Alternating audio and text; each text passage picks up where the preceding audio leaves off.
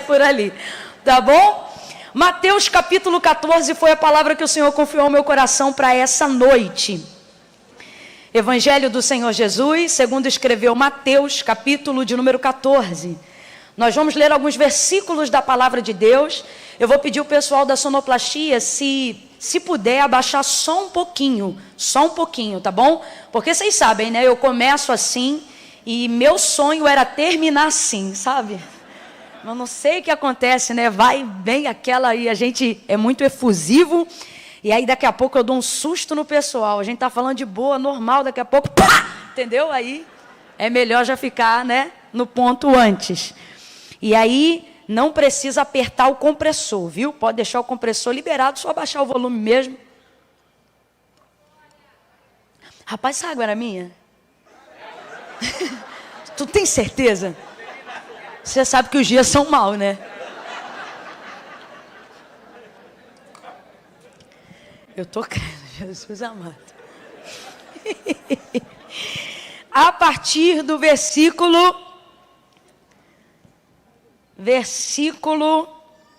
10 em diante. Mateus 14, do verso 10 em diante. Quero trazer uma saudação especial para todas as pessoas que estão nos acompanhando agora pela rede social, através da transmissão ao vivo.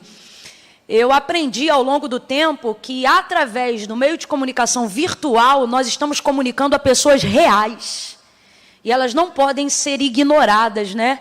Então, aonde quer que vocês estejam aí, que o Senhor abençoe a vida de vocês, que a atmosfera da casa de vocês, do trabalho, aonde quer que vocês estejam, seja também visitada por essa glória que está em nosso meio. Oh, aleluia! Amém, igreja? Diz assim o texto sagrado: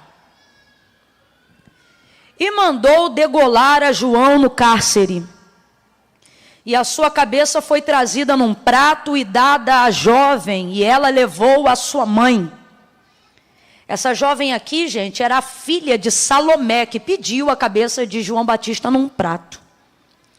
Verso 12. Então chegaram os discípulos, levaram o corpo e o sepultaram.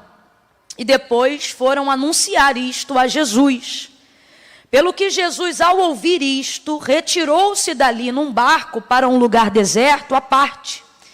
E sabendo o povo, seguiu a pé desde as cidades. Saindo Jesus, viu uma grande multidão e, possuído de grande compaixão para com ela, curou ali os seus enfermos. E chegada a tarde, os seus discípulos aproximaram-se dele, dizendo: o lugar é deserto e a hora já é avançada. Despede a multidão para que eles possam ir pelas aldeias e comprem comida para si.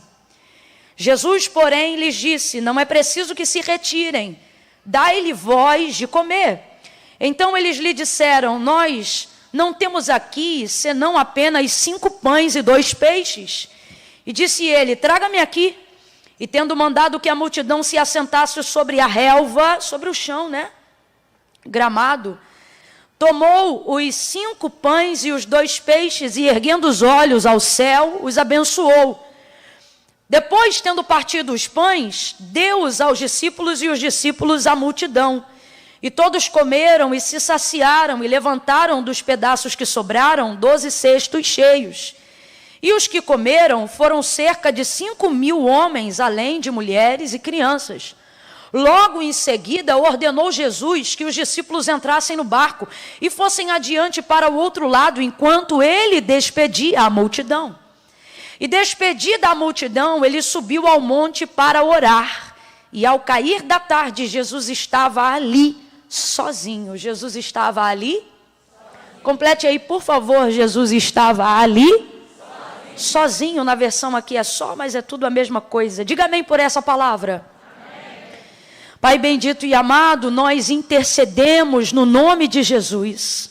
Te suplicamos nesta noite que o Senhor possa continuar falando conosco, Senhor, de maneira cada vez mais específica, de maneira cada vez mais assertiva. Pai, faz isso no nome de Jesus, por bondade, por infinita graça e misericórdia. Nós te suplicamos, faça isso, Senhor, faça isso. uma palavra diretiva aos nossos corações, de modo que todo aquele, qualquer uma, que tiver entrado aqui nesta noite, ou qualquer um e qualquer uma que esteja assistindo agora essa mensagem pela internet, a exposição do texto sagrado, possa, Senhor, viver um tempo onde as dúvidas não venham mais perturbar a sua mente, acerca das decisões que precisam ser tomadas. São tantas dúvidas, tantos questionamentos, se devemos contratar, se devemos despedir, se devemos assinar, se devemos nos aquietar, se devemos nos levantar, se devemos nos assentar. Senhor, tantas dúvidas que às vezes se embaraçam. Senhor, dúvidas que estão entre as circunstâncias, entre a razão e a fé. A fé nos manda ir e a circunstância diz que não é tempo. Senhor, a fé nos manda avançar às vezes e a circunstância diz que não é hora. E às vezes é o contrário. Às vezes a fé manda aquietar, mas o desejo da oportunidade diante dos olhos é tão grande que a gente quer correr, e isso nos deixa em dúvida. E o teu Espírito coloca no meu coração essa oração agora. Quantas pessoas entraram aqui em dúvida, então eu te peço, dissipa toda dúvida pelo poder da tua palavra. Senhor, limpa a nossa mente. Como disse Davi, nós te suplicamos aqui em oração. Tu és aquele que ordena os nossos pensamentos, tu és aquele que organiza os nossos pensamentos. Que a tua palavra, que é como martelo que esmiuça a penha, possa quebrar toda a resistência, toda dificuldade de entendimento. Toma a nossa mente pelo poder da tua palavra, com espírito de sabedoria, espírito de decisão assertiva, espírito de ciência, de inteligência. Vai tirando todo medo, vai tirando todo questionamento indevido, vai repreendendo toda falsa guerra. Cumpre o que tu disseste que faria quando me chamaste ao santo ministério da palavra, dizendo que cativos seriam libertos, dizendo que pessoas oprimidas seriam livres, dizendo que haveria cura do corpo, da alma, cura física. Pai, enquanto a tua palavra estiver sendo pregada, que o Senhor possa passar o teu povo em revista e fazer aquilo que lhe apraz pelo poder da tua palavra. Nós oramos agora ao Deus que tudo pode, porque desde a antiguidade com o ouvido não se ouviu e nem com o olho se viu um Deus como o Senhor, que trabalha,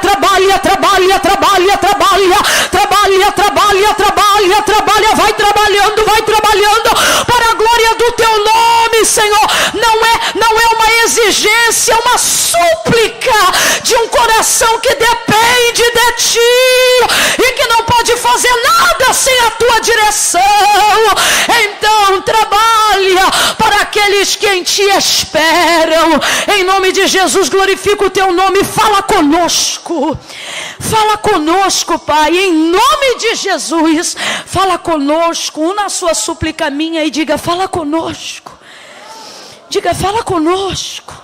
Põe a mão sobre o seu coração e diga: fala comigo, Senhor. Eu não preciso ouvir você falar, eu só quero que seja sincero.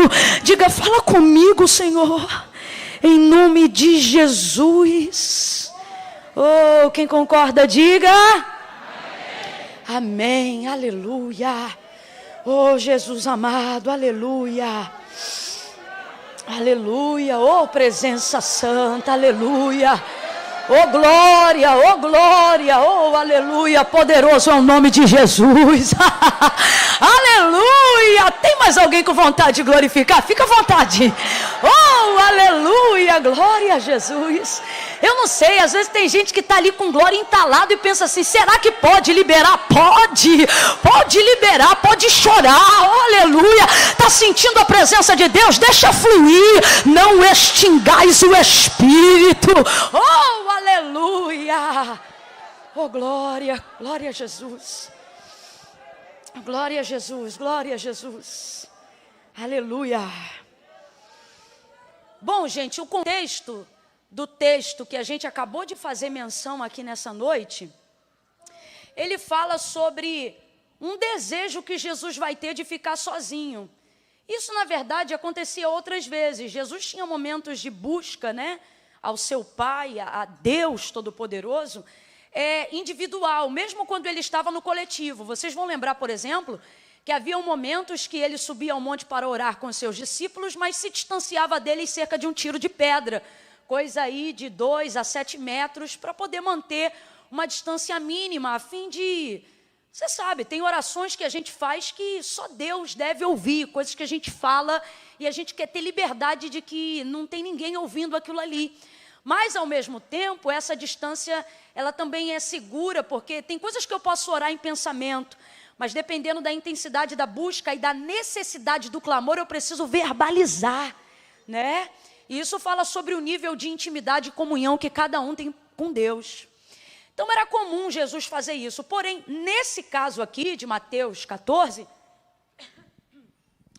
segundo a narrativa que a gente acabou de fazer, Jesus vai manifestar isso diretamente, não porque era o seu horário pontual e devocional de orar, mas você vai perceber que ele está motivado pelo tipo de sentimento que acabou de visitá-lo em razão da notícia que ele recebeu, que é qual? A morte de João Batista. Não só a morte, mas a maneira como ele morreu. Você sabe que são 2 impactos diferentes, né? Uma coisa é a pessoa às vezes dizer, olha, fulano morreu. E às vezes se for uma morte tranquila, ou a pessoa já tiver de alguma idade, ou infelizmente já havia uma perspectiva, dada ao tempo de enfermidade, daquela saúde e tal, você fica muito triste, mas recebe o impacto da morte apenas. É muito mais complicado, são 2 impactos que tem que ser administrado quando uma pessoa, por exemplo, chega para a gente e diz, olha, fulano morreu, e aí a gente automaticamente pergunta, de quê? E aí, de repente, traz uma morte trágica, né? É mais uma demanda emocional para você administrar. Tem gente que perde a fome, tem gente que fica com dor de cabeça, tem gente que fica... com o pensamento flutuando, né? Imaginando, mas como se deu isso? Que fatalidade, que situação. Então, Jesus, na sua condição de verbo que se fez carne para passar por todas as situações que nós passamos. Então, é muito triste quando a gente vê um crente, quando a gente vê um cristão, quando a gente vê um conhecedor da palavra de Deus, que fica na tentativa sistemática de diminuir as coisas que Jesus sentia por saber que ele era 100% Deus. Quando você faz isso, você negligencia parte da obra de Cristo. É como se você dissesse assim, mas ele não sentia dor de verdade porque ele era Deus. Mas ele não sofria tanto porque, no fundo, você sabe, ele era Deus. Eu vejo pessoas, por exemplo, que quando nós ministramos sobre elas uma unção poderosa, uma palavra profética, e depois nós trazemos a cobrança daquilo que foi liberado, mas não foi colhido, ou seja, daquilo que a pessoa podia ter feito, mas não fez, e a gente diz assim, olha, mas você não recebeu, mas você não deveria ter feito. Ah, mas na Bíblia diz assim, mas eu não sou Jesus, mas deveria ser. E quando você coloca ele na condição de que você nunca vai poder fazer, é óbvio que isso não te iguala ao unigênito do Pai. Mas a única coisa que te dá condições de ser semelhante é o desejo de viver e de fazer exatamente o que ele fez a despeito de quem você é. Então, é importante eu falar isso aqui antes de dar continuidade àquilo que Deus confiou ao meu coração, porque eu não quero que você diminua o sentimento de Jesus em relação à morte de João Batista só porque ele era o Filho de Deus. Porque esse mesmo Jesus aqui vai expressar a sua gratidão por João Batista, independente até da sua ligação parental, né? Uma vez que Isabel era prima de Maria e João Batista, filho de Isabel e Zacarias. Então, Jesus, em certa ocasião, vai dar testemunho de João Batista, antes até da sua morte, quando os seus discípulos vão trazer notícia dele, porque João já estava encarcerado. Então João está nos delírios de um cárcere. Em momentos de dor, você sabe, a gente fala até o que não deve. E esse é um dos momentos de João. E aí João pega os seus discípulos e diz, procura ele lá e pergunta se é ele mesmo que nós estávamos esperando ou se nós devemos esperar um outro. João Batista mandou esse recado para Jesus pelos discípulos, quando ele pensou, pelo fato de não ser visitado. Imagina, ambos são amigos, todavia um é Senhor. E agora João está encarcerado por amor da obra de Cristo e pela verdade com que preparava o caminho, mas Jesus não visita ele no cárcere. Então ele se sente ofendido, negligenciado, abandonado e manda um recado afrontoso. Só que isso a gente chama de delírios de um cárcere. Isso não diz quem João é, isso só diz como ele está.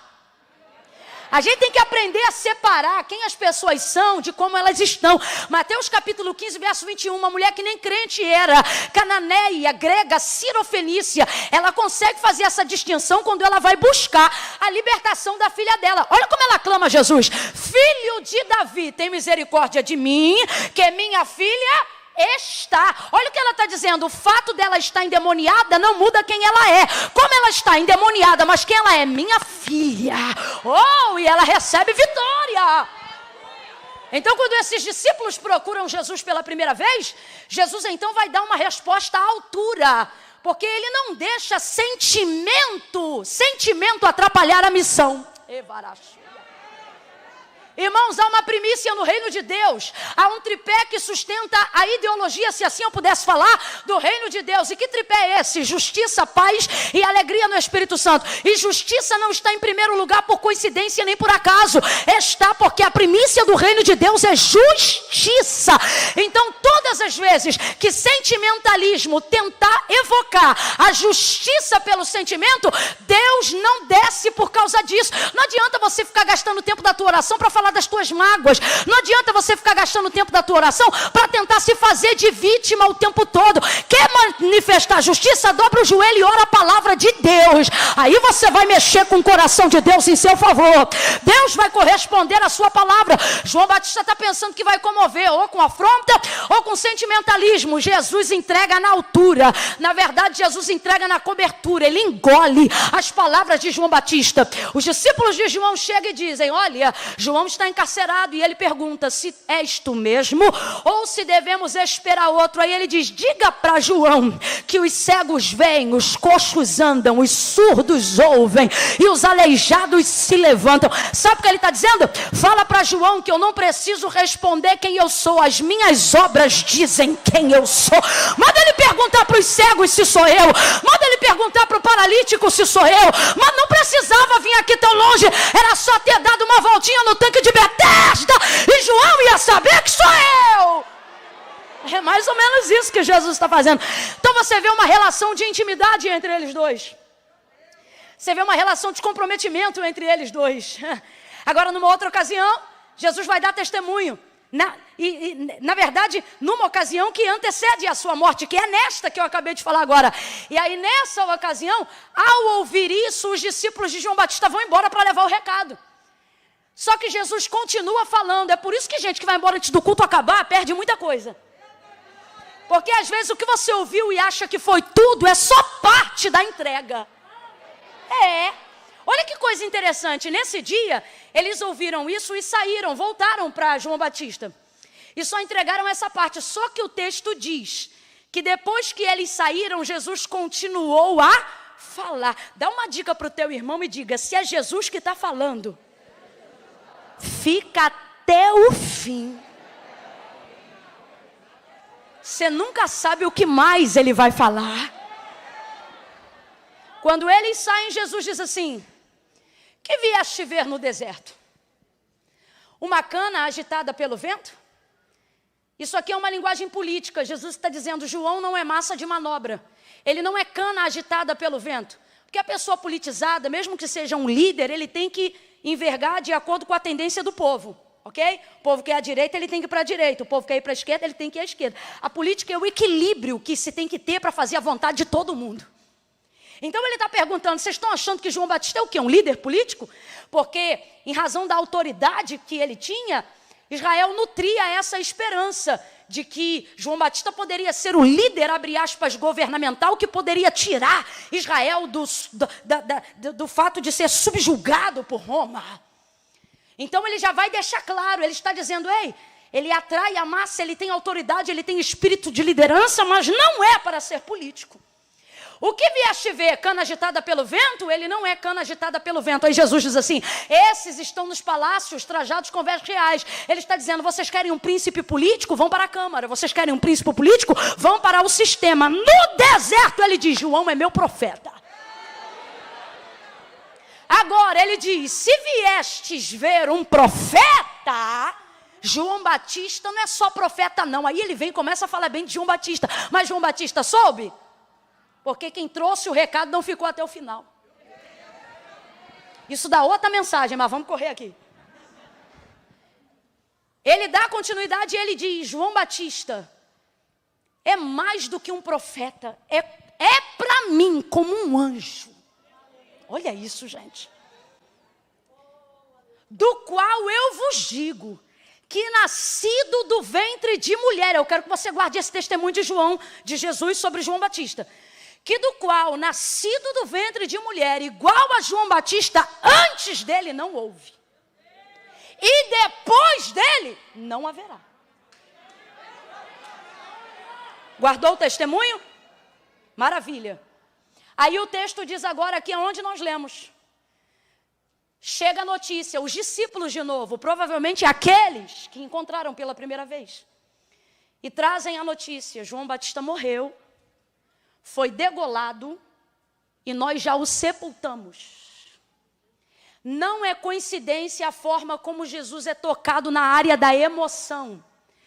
Preste atenção, não é horário da entrega da devoção, mas dependendo de como está atacada a sua emoção, você ora em hora que não é para orar. Sim ou não? Você busca em lugares que não tem costume de buscar. Quem aqui, movido pela necessidade, já orou em banheiro? Recebeu uma notícia ou estava na promessa de um propósito de entrega para Deus, teve que entrar aonde deu e às vezes foi um banheiro. Então, só para você entender o que está acontecendo aqui, é algo que não estava no cronograma devocional, mas em razão do impacto da notícia, houve a necessidade de uma busca inesperada. Jesus é maravilhoso. Ele dá para a gente o comportamento que você tem que manter quando notícia ruim chegar. É notícia ruim, primeira coisa que você faz é ligar para alguém. Notícia ruim, primeira coisa que você faz é ir para o Facebook se sentindo triste. Rapaz, Jesus está dizendo, notícia ruim chegou, vá orar. Vá orar. Agora veja, o sentimento aqui, obviamente é de tristeza. Quem sabe até de perturbação.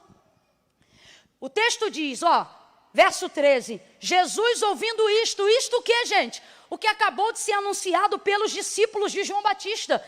Que ele foi morto, degolado e já havia sido sepultado. Imediatamente, olha aqui, imediatamente, Jesus ouvindo isto, retirou-se dali para um barco. Ele foi para um lugar deserto. Completa para mim, lugar? Vem com vontade, igreja, lugar? Lugar deserto. Ele queria ficar num lugar à parte. Aí lá no verso de número 23 você vai entender.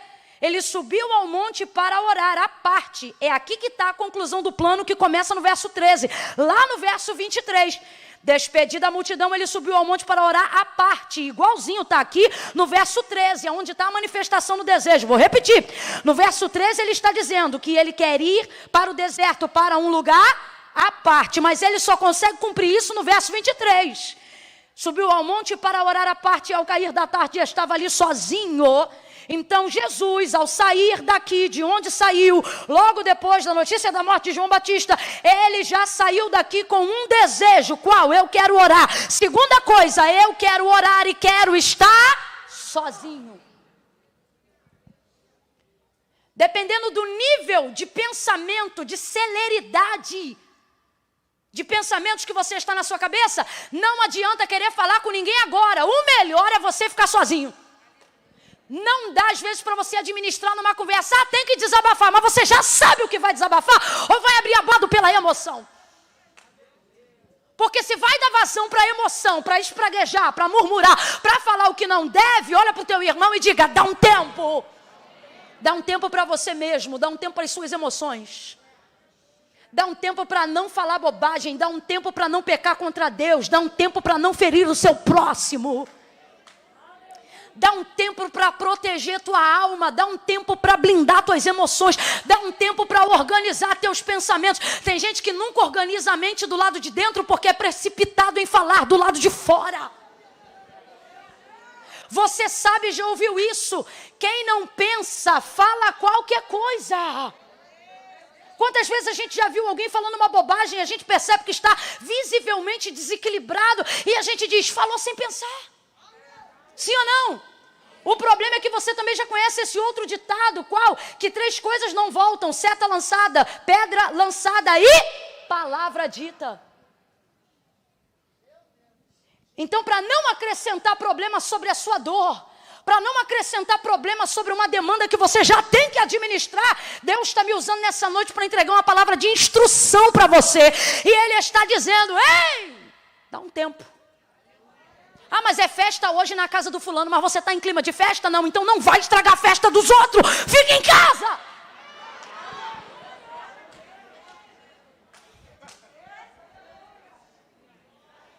Vai para um lugar à parte. Vai orar sozinho. É um desespero tão grande de ligar para o seu guru gospel. Fulano, acabou de acontecer isso, ora por mim. Escuta o que eu vou lhe dizer. Que na busca da organização dos pensamentos, nem todas as orações que fizerem por você têm o poder de substituir a oração que só você pode fazer por si mesmo.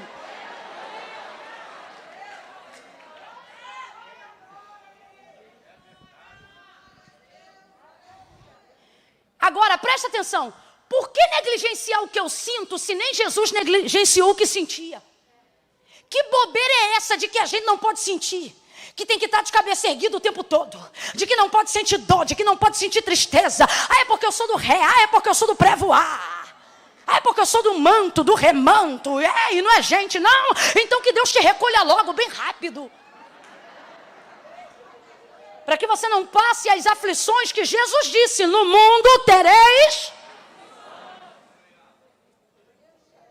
Ah, mas ele disse tem bom ânimo. Ele disse tem bom ânimo. Tem bom ânimo sobre as aflições. Ter um ânimo depois de um problema não furta de mim o sentimento de ter sido impactado pela dor. Pelo contrário, o sucesso de uma emoção bem gerida só é de fato sucesso depois que você administra não o sucesso, mas a dor. Jesus sai de onde está. E agora ele decide ficar sozinho. Irmão, vá ver a vida dos grandes homens de Deus que foram extremamente bem-sucedidos com o homem, mas principalmente com Deus. Eles eram pessoas que tinham tempo com Deus a sós. Eu não me lembro agora qual foi o escritor, mas é um filósofo, crente, cristão. E ele disse o seguinte, que quem passa o tempo todo com todo mundo não tem com Deus nem um minuto.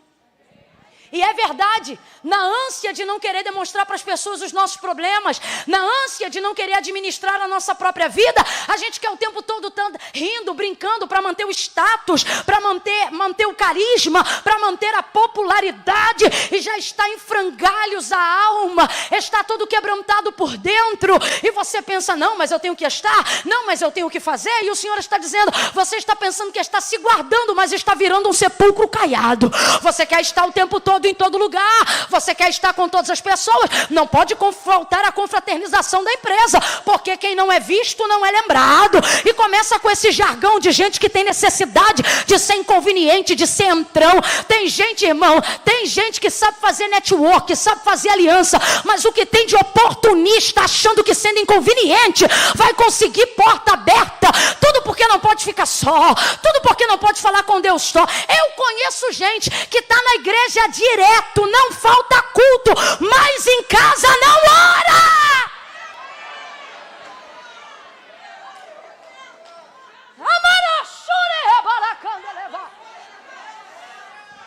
Eu fico imaginando o Espírito Santo, sério, eu imagino o Espírito Santo num culto da casa num culto como esse, porém ele observando a vida de alguém que não tem nenhum comportamento de intimidade com Deus, mas é sensível na casa de Deus.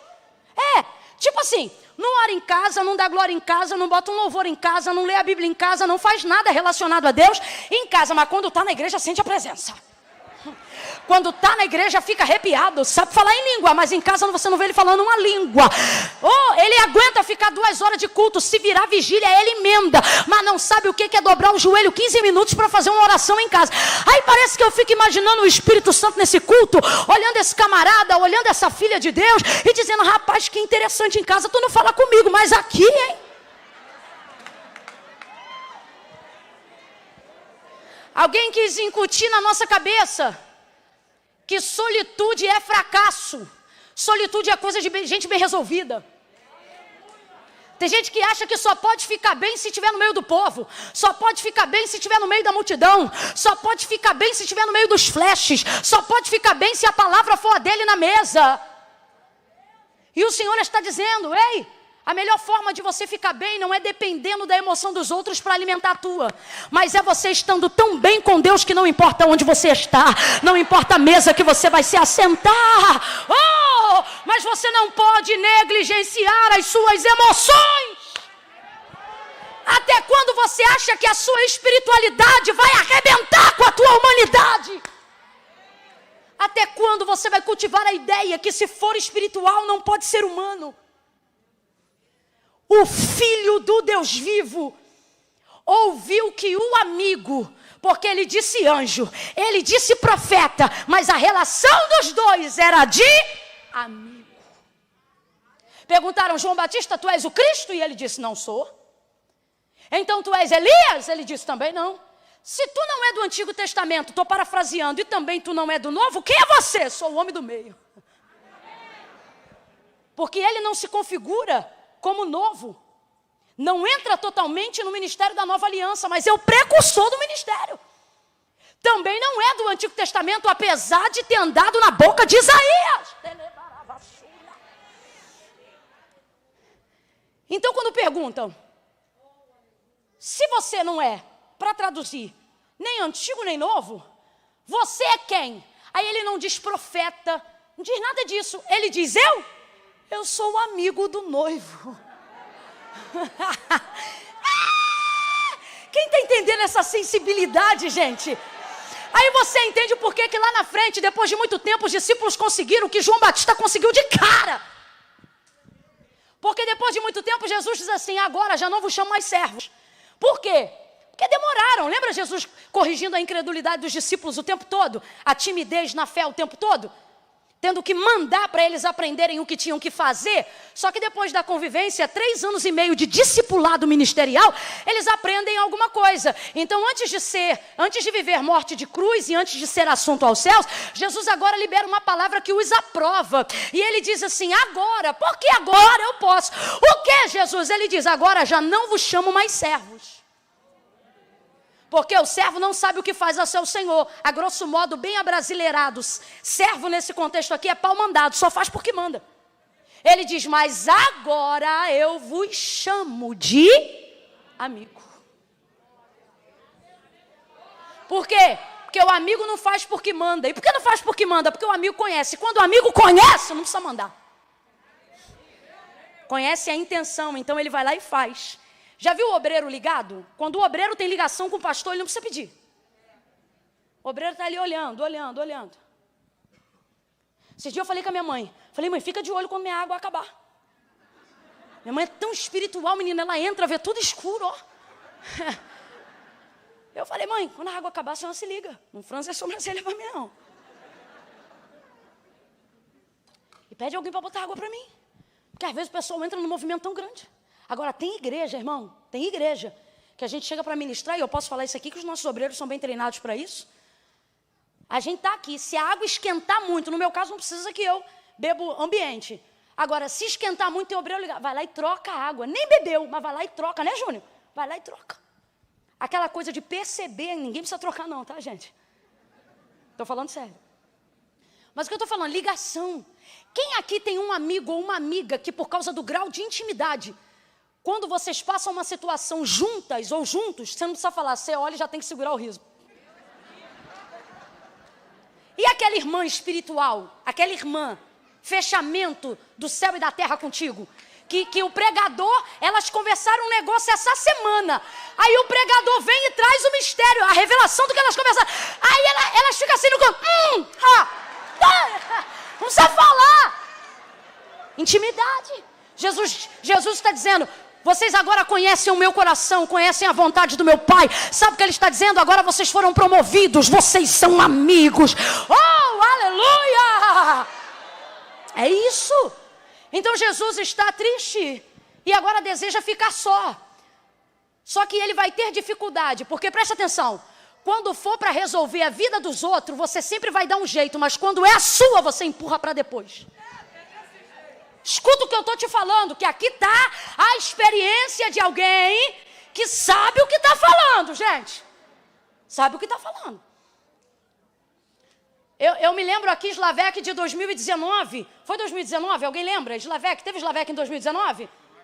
Teve, então foi a última. A pastora Elisete trouxe uma palavra. E eu me lembro que a pastora Elisete, esposa do pastor Silas, trouxe um testemunho tremendo.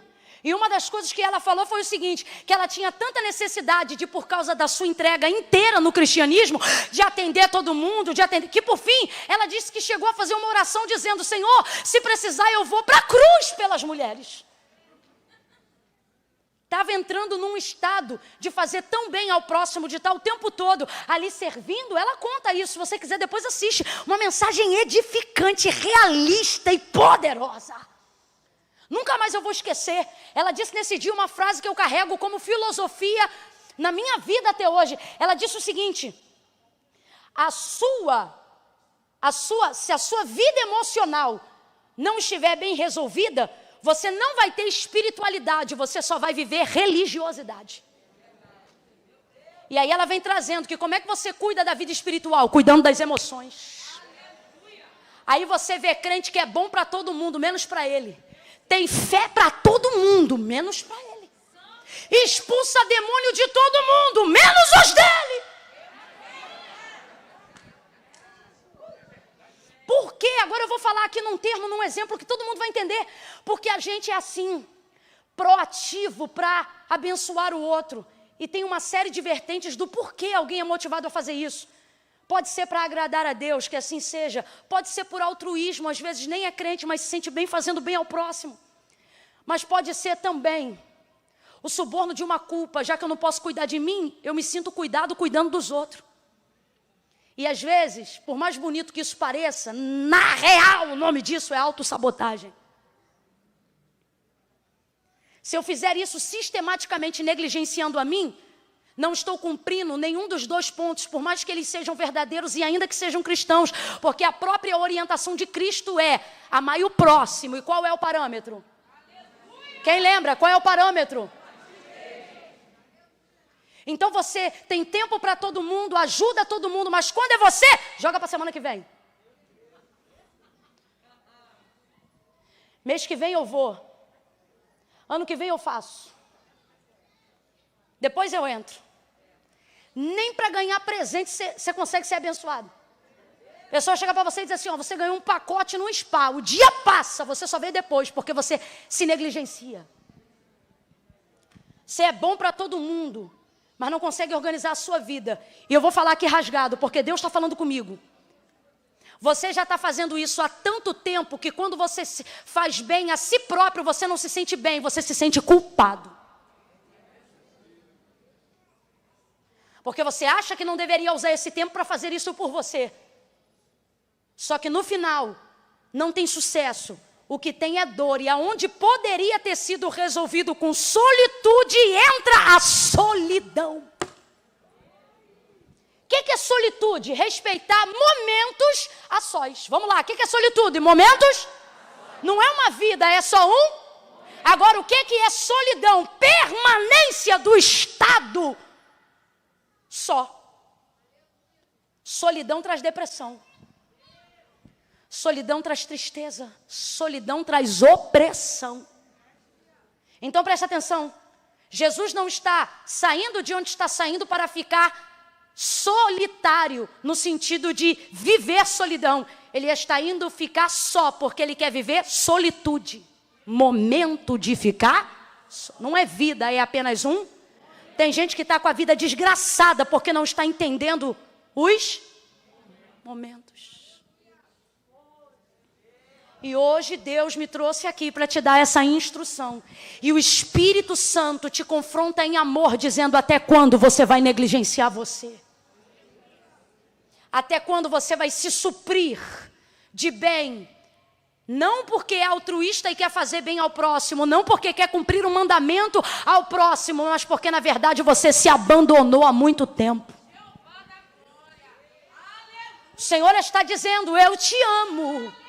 O Senhor está dizendo: eu te fiz espírito, alma e corpo, e eu respeito os três, eu cuido dos três, eu alimento os três, eu movimento os três, eu manifesto os três. Eu não quero você um crente que mal fala português, de tanto que fala no Espírito Santo, mas se precisar sentar-se uma mesa com amigos, não sabe se comportar, porque você negligenciou a comunhão há tanto tempo, que já não sabe viver num âmbito social.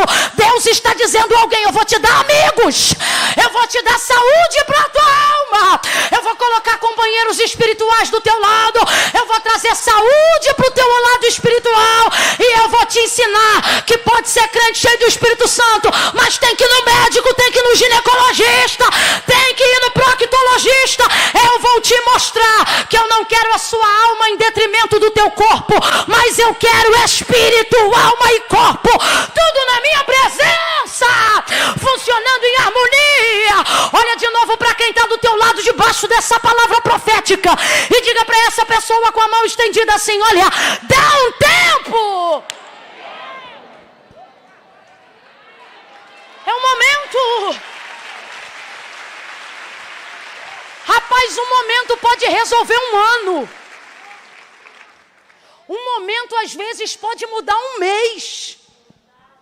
Gente, um momento pode mudar uma decisão. Um momento. Quem aqui já se sentiu impelido pelo Espírito Santo para orar num momento, abre aspas, inadequado? Tipo assim, já aconteceu comigo. Eu estou refogando arroz. Isso já tem tempo. Mas estou eu refogando arroz. Porque o acusador está aqui na minha frente, né? Então, eu estou ali refogando o arroz. Daqui a pouco o Espírito Santo diz assim para mim: vai orar agora. Na verdade não é um verbo, não é uma palavra, é uma certeza, uma convicção, né? Que te impele, é uma necessidade que te consome, mas é boa, não é ruim, não é uma gastura, não é uma gastrite, é um desejo desenfreado, parece uma paixão. Só que assim como paixão é um momento. Já aconteceu, experiência minha, de eu estar ali refogando o arroz, sentir isso e pensar assim: deixa eu só botar a água, colocar a tampa, porque aí eu já sei que enquanto eu estou de joelho, né? Olha eu querendo adiantar meu lado. Já aconteceu comigo. Eu estou dando esse exemplo bobo, mas você vai entender a coisa séria. Nessa que eu penso, vou só jogar água e botar a tampa, cadê o desejo? Cadê aquelas palavras bonitas? Cadê aquela sensação que parece que a jaca está na garganta com choro contido? Passou. Cadê aquilo tudo que estava acelerado na minha mente de palavras que eu nem sabia como orar, mas Ele me deu? Passou. Aí, dando uma de que acho que sou obediente, boto a água, coloco a tampa e vou para o joelho. A sensação é assim, ó. Cri, cri, cri. Você pode levantar a voz, você pode falar a palavra bonita, você percebe, quem tem maturidade sabe, quando perde o momento. É como se o Espírito Santo dissesse: pode orar, vou te abençoar, mas você perdeu o momento. E por que a gente perde esse momento? Porque eu tenho que organizar a minha vida, porque eu tenho que botar as crianças para a escola, porque eu tenho que limpar o carro, porque eu tenho que atender o telefone, porque eu tenho que responder uma mensagem urgente no WhatsApp. Então eu não posso atrasar meu lado para ajudar o Espírito Santo. Só que o Espírito Santo está dizendo: minha filha, duas coisas. Primeira, ninguém me atrasa. Segunda, só eu que adianto o teu lado, garota.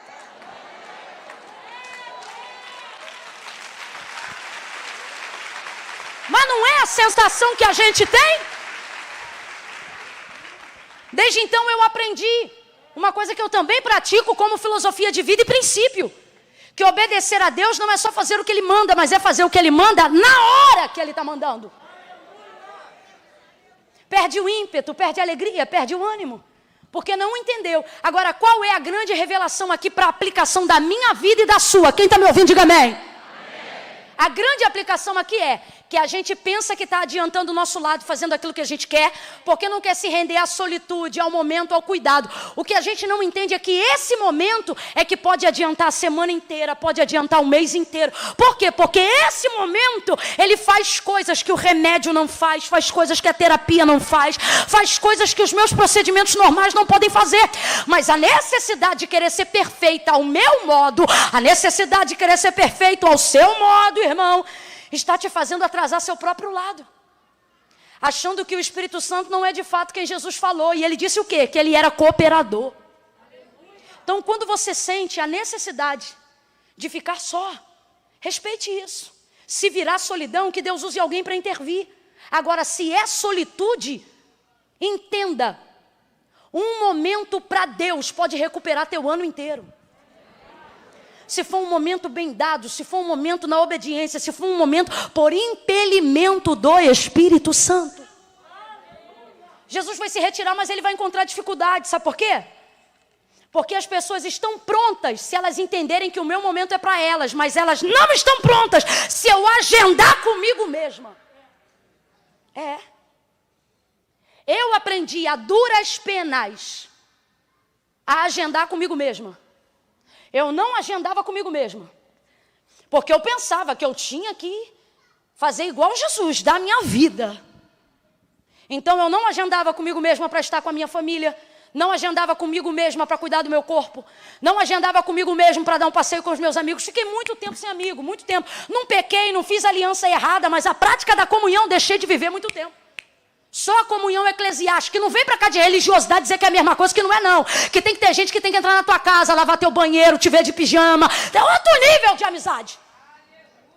E se você achou esquisito, tá precisando de uma solitude.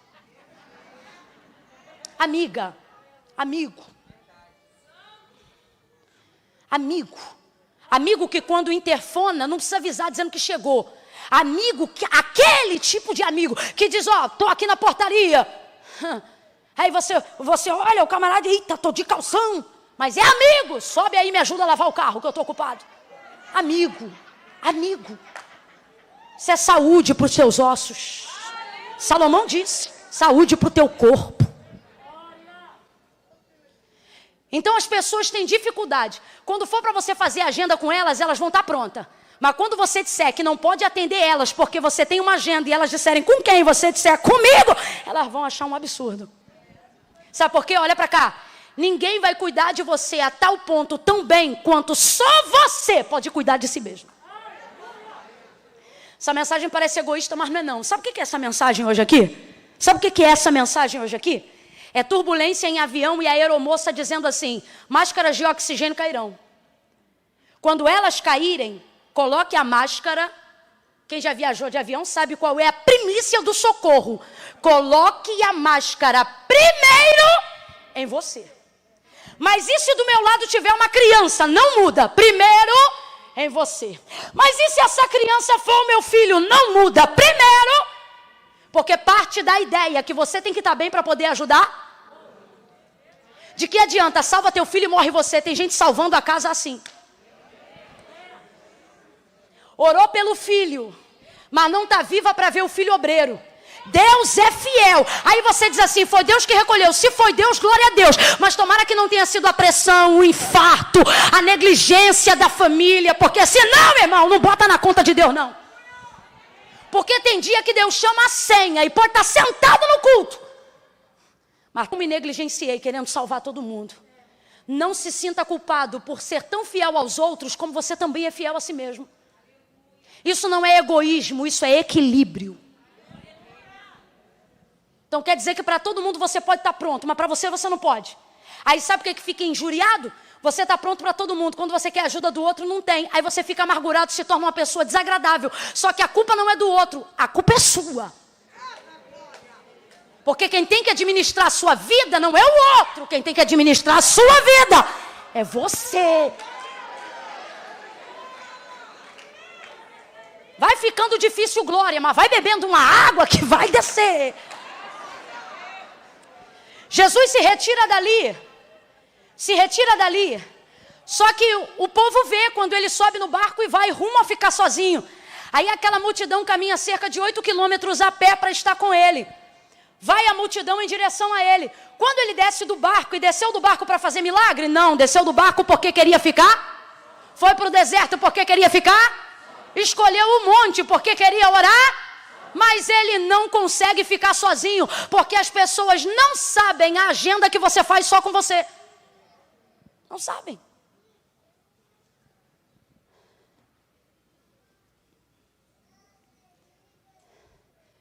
Jesus sai, quando tira o pé do barco uma multidão.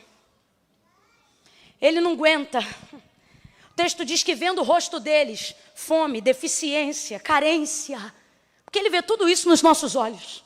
Vendo eles, o texto diz que ele se move de íntima compaixão. Não aguenta. Isso é lindo. Mas sabe o que isso mostra? O texto diz que ele cura, ele multiplica pão, ele multiplica peixe, ele abraça, ele beija, ele dá atenção, ele fala, ele ouve. Aí o texto diz assim, olha, guarde essas palavras, o texto diz assim, ó.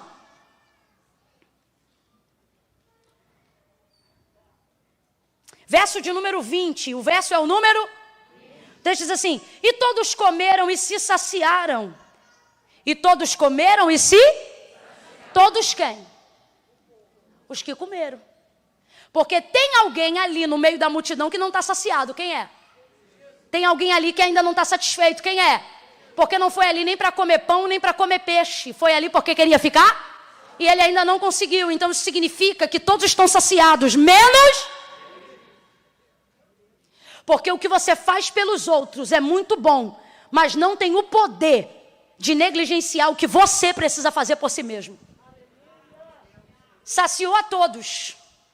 Mas o texto diz que levantando-se dali, despediu os discípulos. O que ele fez? Ele fez de trás para frente. Olha o que ele fez. Ele despediu primeiro os mais íntimos. Por quê? Porque os mais íntimos é mais difícil de despedir. Ele despediu os discípulos. Agora, olhe a situação. Quando você compreende que é tempo de solitude, essa é uma das partes mais difíceis de administrar a maturidade da sua emoção. É quando você percebe que quem mais te ajuda não pode viver aquele momento com você. Porque, irmão, mandar embora inimigo é fácil, não precisa nem pedir. Obreiro que pede carta e é atribulado, a gente não fica triste, a carta dele já é resposta de oração. Que a gente estava fazendo para ele ir embora sem confusão. Agora, mandar embora quem ajuda a gente a lavar banheiro, quem passa a roupa da gente, quem come com a gente, apoia a gente, quem quando nós estamos tristes olha pra gente e não fica assim, não, se anima, se levanta, é complicado. É complicado. Mas às vezes a única forma de você entrar em outro nível com Deus é não equiparando aos outros coisas que você só deve viver com Deus. Tem amigos que por conseguir viver determinadas coisas com eles, você está dando a eles coisas que você só deveria dar, como primeiras notícias. Eu já vi o Espírito Santo, isso aqui é pessoal, triste comigo, porque eu recebi uma boa notícia que foi pedido de oração. E na hora de contar, eu trouxe para quem não tinha nada a ver antes de falar com ele. Pela minha intimidade com o Espírito Santo, ele revelou para mim. Fiquei triste com você, rapaz, eu fiquei arrasada. Fiquei arrasada, porque eu falei, é verdade, e às vezes a gente quer ocupar esse tempo, para poder na verdade, não trazer aquilo que se deve e a quem se deve. Jesus então despediu os amigos íntimos, os discípulos, e depois ele mesmo despediu a multidão. O que é isso? Significa que ele não terceirizou aquilo que só ele podia fazer. Às vezes, a gente quer terceirizar aquilo que só a gente pode fazer. Tem gente, filho, isso aqui é difícil de ouvir, mas eu tenho que te falar. Tem gente que não é ninguém que vai mandar embora, é você que tem que mandar embora. Não, vou falar do jeito que Deus está mandando. Não adianta dobrar joelho e ficar orando todo dia. Senhor, faz ele embora, faz ele embora, faz ele embora. Se o Senhor não fez ele embora, então ele está dizendo, quem tem que mandar embora é você. Você não pode terceirizar o que só você pode fazer. Rompeu com essa demanda, mandou os discípulos, depois mandou a multidão. Aí o texto diz que agora, ao cair da tarde, ele conseguiu. E agora, ali, ao cair da tarde, vou fechar a Bíblia aqui, ao cair da, ele conseguiu ficar sozinho. Eu poderia falar da sua volta, poderia falar do barco, poderia falar da tempestade, mas eu creio que Deus ouviu a nossa oração antes de pregar, quando disse espírito de inteligência, espírito de sabedoria, quando disse uma palavra diretiva que dissipe as dúvidas. Então, a fim de não te dar muitas opções, eu vou parar aqui no versículo que diz, ao cair da tarde, ele estava ali só. Conseguiu. Você acha que você é muito bom quando está rodeado de gente. Bom de verdade e bem resolvido você está quando sozinho você se ama do mesmo jeito. Quando sozinho você não está na dependência de ficar correndo atrás de ninguém. É daí que a gente começa a compreender a maturidade, por exemplo, para quem chega lá por volta dos 30. Porque nos 18, 20, ela chega, mas você ainda quer ali, ó, novidade, populacho, galera. Mas nos 30, irmão, tem um filme legal, uma bacia de pipoca, um sofazinho legal. Alguém diz assim, fulano, tô aqui, tá todo mundo aqui. E a gente pensa, eu vou ficar aqui. Aí você fala, rapaz, eu envelheci. Chegou a minha hora. Mas não é porque é o nível de maturidade que você não precisa de adorno para ficar feliz. E às vezes não precisa ter pipoca, não precisa ter pijama confortável nem televisão, não. Às vezes é um quarto mesmo de oração.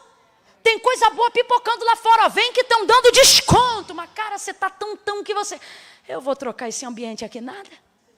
Aí fica ali com o Senhor. Enquanto tem alguém louco por alguém, você está amando poder ficar alguns momentos a sós. Quando alguém olhar uma mulher que está esperando no Senhor, quando alguém olhar um homem que está esperando no Senhor, quando alguém quiser te tratar como desesperado, você tem que olhar para essa pessoa e dizer categoricamente para ela, não estou desesperado. Mas você está sozinho, pois é, e estou vivendo a bem assim, não é porque estou carente, é porque sou bem resolvido. Estou bem resolvido. Sei o que eu quero, sei o que eu espero. E se não vier como eu quero, estou pronta para esperar e ser feliz enquanto espero. O texto diz que ele chegou ali e conseguiu ficar só. Nesse período só, irmãos, nesse período só, ele orou ao Pai. E depois de orar, voltou para o barco. Encontrou os discípulos no meio do mar. Andou por cima das águas. O que isso tipifica? Tipifica o antes e o depois de quem respeitou um momento. Antes tristeza, depois alegria. Antes situações emocionais que precisavam ser resolvidas. Depois, Jesus está tão bem, que o texto diz que ele vem andando sobre as águas no episódio dessa tempestade. E nessa tempestade, a tempestade não para enquanto ele anda. Ele continua andando. E outra, o texto diz que quando ele entra no barco, aí a tempestade para. Olha isso. Quando você está bem resolvido, as coisas não precisam melhorar para você chegar. Você caminha no meio da tempestade. Você caminha no meio do pega pra capá. Quando você está bem resolvido, ninguém precisa ficar bem para você ficar bem. A tristeza do outro não afeta você. A perturbação mental do outro não afeta você. Está bem? Está bem. Então veja como ele foi. Um momento resolveu toda uma tempestade. Agora, último nível de maturidade espiritual para quem está cuidando das emoções. Entender isso aqui. Jesus despediu os seus discípulos, mas ficou lá. Às vezes você vai ter que avançar algumas pessoas à sua frente. E se você não vigiar, isso aqui é Deus dizendo, olha, você não pode impedir que o outro fique bem só porque você no momento não está. Deixa aí. Ajuda quem você pode ajudar. Nem todo mundo tem que acompanhar teu ritmo o tempo todo. Tem coisas que você deve viver só. Mas não é por isso que você tem que obrigar a gente que está em outro tempo a entrar no teu. Jesus está dizendo, se você entrar no meu, assim diz o Senhor alguém, você chega depois, mas chega para resolver. Você chega depois e chega para ajudar. Quem entendeu, diga amém. Última vez, eu vou pedir para você olhar para quem está do seu lado quando eu contar 3. E você vai dizer para essa pessoa, dá um tempo. Quem entendeu, diga amém. Não é dar um tempo da igreja, não é dar um tempo da tua casa, não é dar um tempo da tua vida. A pergunta é, aonde está o teu tempo dado para Deus? Porque isso aí pode resolver essas outras questões. Mas não negligencie as coisas que eu coloquei aqui. As coisas que só você pode fazer por você mesma. Seu médico, sua festa, seu descanso. Eu tenho um curso. E esses dias eu falei para os meus alunos. Eu disse, felicidade não cai do céu. Vocês têm que agendar a felicidade de vocês. Porque as pessoas vivem felicidade como se fosse viver na dependência de ganhar na Mega Sena. E a gente nem joga. Mas fica esperando o dinheiro cair do céu para ser feliz. E felicidade não acontece assim não, irmão. Felicidade acontece agendado. Qual é o país que você quer conhecer? Não, mas eu não tenho dinheiro. Eu não te perguntei isso. Perguntei qual é teu sonho. Perguntei onde está o alvo da tua felicidade. Qual é o restaurante no Rio de Janeiro que você quer conhecer?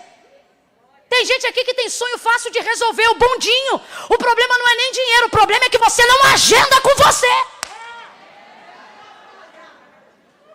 Ah, fica de pé, fica de pé.